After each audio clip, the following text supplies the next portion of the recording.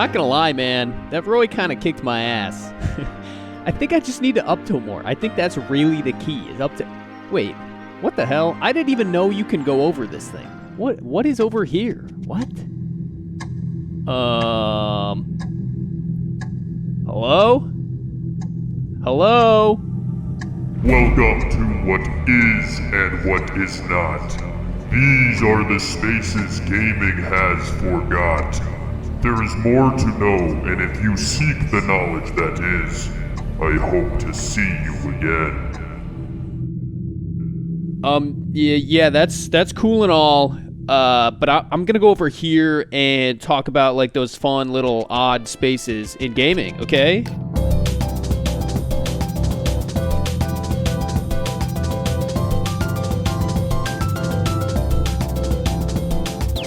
Alright, I want you guys to think of those parts of a map where it kind of just feels like the designer ran out of time, right? Or maybe they simply didn't get to polish the area like they wanted. Or hell, maybe neither of those are the case, and the map just is the way it is because the designer felt fine with what it was and nothing more needed to be done. I assume those parts of maps kind of intrigue you, right? This seems to be something many people have become fascinated with over the past couple years, particularly due to the rise of the unremarkable and odd style videos that I think first came from the YouTuber Any Austin, so shouts out to him, go watch his shit. I also love running around until I find the strangest areas I can in games because at the end of the day, it really is interesting, right? But what are those reasons for this fascination for areas like this in games? Well, I think it stems from a couple of different things, really.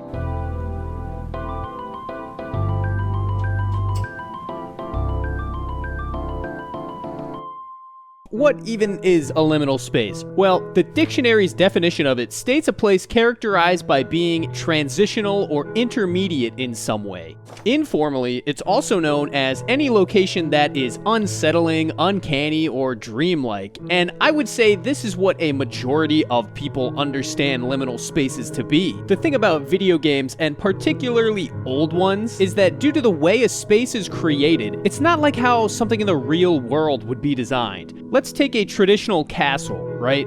A traditional castle in real life won't strike you as something that's inherently liminal. But then you take a look at Peach's castle from Mario 64, and yeah, that's liminal, all right. Not only is it uncanny and dreamlike, the castle actually does serve as a transitional hub, right? It's not built to be something someone is living in. It's built to get you, the player, from level to level, which in this case, these levels are housed in a variety of paintings or other oddities like portals and stuff that are placed all around the castle. And if you've noticed, older games tend to be a lot more direct about this. They are totally fine designing things mainly for the purpose of function, along with being okay with letting players go outside their intended sections. Newer games now have a pressure on them not only to be functional, but to also fill in all the spaces in between to feel realistic, or at least relatively close, to create this illusion that these places are real. It's a side effect of the evolving technology and trying to push this realistic style that games that look like this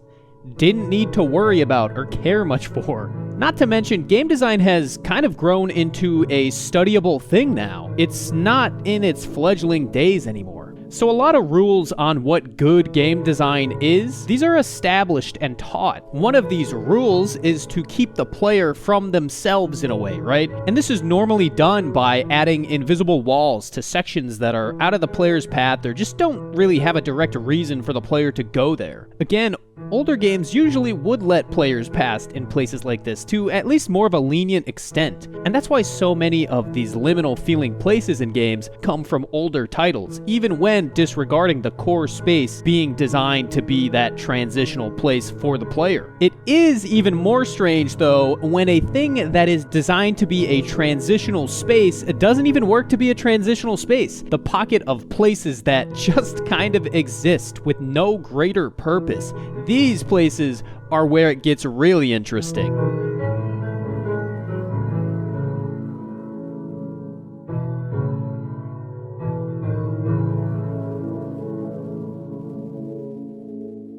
Seeing something in a way that feels unintended strikes our curiosity as people. This is why things like boundary breaks, behind the scenes, or how it's made style content garners the attention that it gets, right? It's fascinating to learn what something looks like from the perspective of those crafting it, and games are no different. I've watched my fair share of no-clip docs, out-of-bounds, secret videos, and interviews from devs who go into detail about certain parts of games. Sometimes we get clarification on why certain things are the way that they are, but other times we're just left to guess ourselves. This is where places like these strike such a chord with us. Has this place been left like this for a specific reason? Is this just a leftover and something that was totally overlooked? Was this even thought about at all? Like, all of these thoughts and emotions are things that typically run through our heads when exploring spaces like these. As dramatic as it sounds, the interest in the unknown is a core reason we feel the way that we do when discovering odd spaces in games. My favorite thing that comes from this is when spaces like these are eventually used by the players and are actually given some sort of purpose. Halo is a great example. I'm not sure how many of you watching remember playing, Jenga and stuff, right? And like the Jenga mode in the game was almost entirely built in that space on standoff, and it uses that space in the back of the map. It's such a cool thing to see. I think the outer bounds of levels or maps always have this interesting appeal to them because it's like, I know this is where the designer kind of stopped caring about what's actually in the level. This is the boundary for a reason. But I'm still really interested to see how these bounds blend in with the rest of the map, or if they just kind of get left open, right? How far out do the designers let me get? Will there be like a kill wall? Am I going to teleport back in? Maybe there's a bounds timer. Maybe there's an out of bounds timer. Again, it's this suspending of disbelief that you get when you start to pull back the curtain. It's really just another reason that gets that interest in things like this flowing. There's this concept in Japanese culture called ma. It essentially boils down to the appreciation of negative space, where empty space in art holds just as much importance as the rest of the piece. It's an understanding that those in-between sections of things hold an emptiness full of possibilities, that the negative spaces, their intention is just as strong as the rest of a piece of art, be it intended or unintended. This is honestly what I believe creates the most interest in spaces like these in games. It's a concept we see with all sorts of other media and art, not just games. If you've ever seen a Studio Ghibli film, you'll have seen this a lot. When you get to be in or see a space that feels like it was untouched or left over, in an odd way, it connects you with not just the piece of art, but the entire idea of creation and the creative process. It's experiencing the philosophy of just existing or appreciating the moment.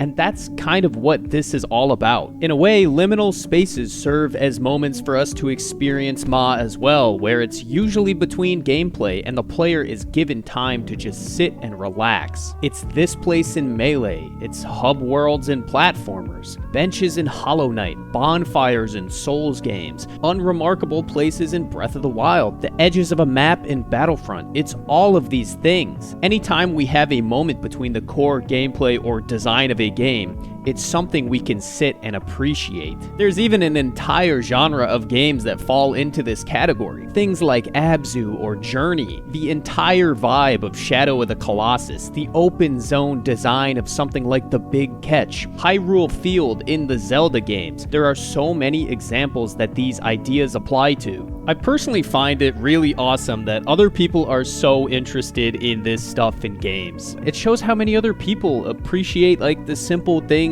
in life or in games in this case. It's getting joy from things where it's not inherently designed to bring you joy. This current day and age we live in is full of non-stop this and that, like constant feeds, constant gameplay loops, hyper attention grabbing apps and designs. So seeing that other people are so interested in just stepping back and taking a moment to appreciate something for what it is, it's so great. I almost think because of this overstimulation, that's sort of what has caused this large interest in things like this in games. People need to step back and get away from it all sometimes, and if odd spots in games can help do that, then I really think that's something to be appreciated.